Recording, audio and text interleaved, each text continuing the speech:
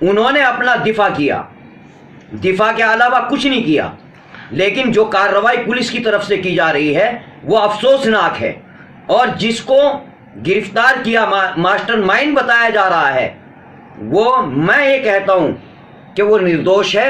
اس کی ویڈیوز موجود ہیں، وہاں پولیس والے ان کو فون کرتے ہیں، جو اس کی بیوی نے ہم سے بتایا، اور اس کے گھر پولیس والے جاتے ہیں، وہ تواضع کر رہا ہے ان کی، اور پھر دوسری جگہ پر جب گھر والی نے اس کی فون کیا، اس کی بیوی نے فون کیا، اس کی پتنی نے فون کیا، تو اس نے ویڈیو کال کی، وہاں بھی وہ پولیس والوں کو کھانا کھلاتا ہوا دکھائی دے رہا، اور اس طرح کے اس کے وہم و گمان میں بھی کوئی بات نہیں تھی۔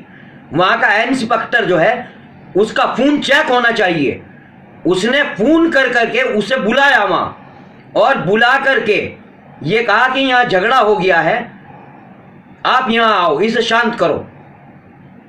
نہیں، میرا سوال یہ نہیں تھا کہ جب سنویدھان ہے، قانون ہے، تو بلڈوزر جس طرح سے چلایا جا رہا ہے، کیا اس طرح کے بلڈوزر چلنا چاہیے؟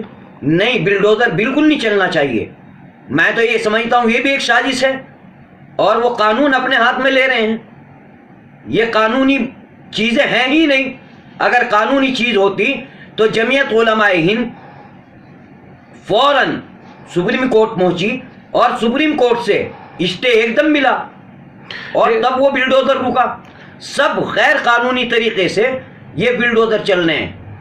نہیں، بلڈوزر ایک جہانگیر پوری ایک معاملہ نہیں ہے، اس سے پہلے اتر پردیش کے تمام جگہوں پر، راجستھان کی جگہوں پر، مدھیہ پردیش میں کئی جگہوں پر بلڈوزر چلا، لیکن جہانگیر پوری معاملے میں اسٹے ہوا، تو کیا اس طرح کے حالات پہلے ہونے چاہیے تھے؟ دیکھو، میں سب سے کہتا ہوں حالات ایک دن میں نہیں بگڑتے۔ جس وقت میں جہانگیری پوری پہنچا تو وہاں لوگوں نے میرے سے یہ بتایا کہ 3-4 دن سے یہ حالات بگاڑنے کی کوشش کر رہے تھے۔ تو جس وقت حالات بگڑے، تمام ہندوستان کے مسلمانوں سے میں یہ کہنا چاہتا ہوں کہ جب اس طرح کے واقعات پیش آنے لگیں اور محسوس کریں، تو سب سے پہلے اطلاع، چونکہ جمعیت علماء ہند ایک ایسی تنظیم ہے جو اس سے بڑی تنظیم اور اس سے بڑی کوئی سنستھا ہے ہی نہیں جو مظلوموں کی آواز بنتی ہو اور ظالموں کے خلاف لڑتی ہو۔ سب سے پہلے ہمیں رابطہ جمعیت علماء ہند سے کرنا چاہیے، اور ان کے لوگوں کو اطلاع دینی چاہیے، جیسے سیما پوری میں ہوا، پہلے ہی لوگوں نے ہمیں اطلاع دی۔ میں خود سیما پوری پہنچا، اور سیما پوری میں جا کر کے تھانے میں اپلیکیشن دلوائی، ڈی سی پی کو دلوائی، اور پھر کمشنر کو دلوائی، تو حالات اس طرح کے پیدا نہیں ہوئے۔ جس طرح سے جمعیت علماء ہند نے کورٹ کا سہارا لے کے ایک اسٹے لی، لیکن اس کے باوجود بھی تمام مکان توڑ دی گئے، دکانیں توڑ دی گئیں، مسجد کا وضو خانہ توڑ دیا گیا، باہر جگہ توڑ دی گئی، تو کیا یہ واقعی کارروائی سے مطمئن تھے آپ؟ میں اس کارروائی سے بالکل مطمئن نہیں ہوں کہ اچانک اس طریقے سے کام کرنا اور اس طریقے سے بلڈوزر لے جا کے کھڑا کر دینا اور بلڈوزر چلانا، میں یہ سمجھتا ہوں یہ غیر قانونی ہے۔ اگر آپ کو اویج جگہ لگ رہی تھی تو پہلے انہیں نوٹس دینے چاہیے تھے، اور نوٹس کے بعد تب یہ کارروائی ہونی چاہیے تھی، بلکہ اس وقت تو ہونی نہیں چاہیے تھی۔ اس کا میسج پورے ملک میں کیا پوری دنیا میں غلط جا رہا ہے، اور ہمارا ملک تمام عالمی پیمانے پر بدنام ہو رہا ہے۔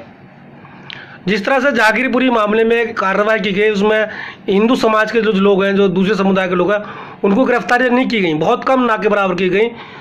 تو کیا گرفتاریاں کی گئی ہیں، لیکن ان پہ دھارائیں کم لگی ہیں، جو دھارائیں لگنی چاہیے تھی، جیسے اور لوگوں پہ NSA لگی، اس طریقے سے ان لوگوں پہ بھی لگنی چاہیے تھی، چونکہ وہ ویڈیوز موجود ہیں جو شوبھا یاترا میں ہتھیار لے کے چل رہے ہیں، جو غیر قانونی ہے، تلواریں، تمنچے، راڈیں، یہ کہاں جائز ہے اور کہاں کا قانون ہے؟ یہ میں نہیں سمجھتا۔ جیسے جمعیت علماء ہند نے سپریم کورٹ سے اسٹے لیا، اسٹے لینے کے بعد بلڈوزر روک دیا گیا، مگر جو مکان گرائے جا چکے ہیں، جو آگے چل کے اگر مقدمہ چلنے وہ لوگ بے گناہ ثابت ہوتے ہیں تو ان کی بھرپائی کون کرے گا؟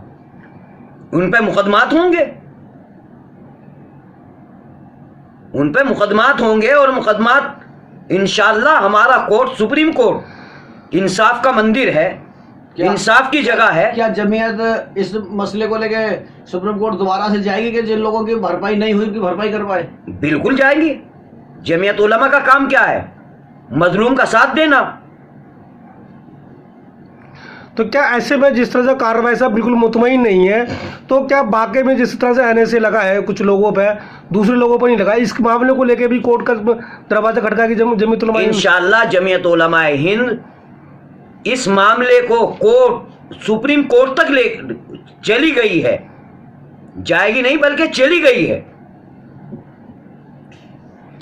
بہت بہت شکریہ.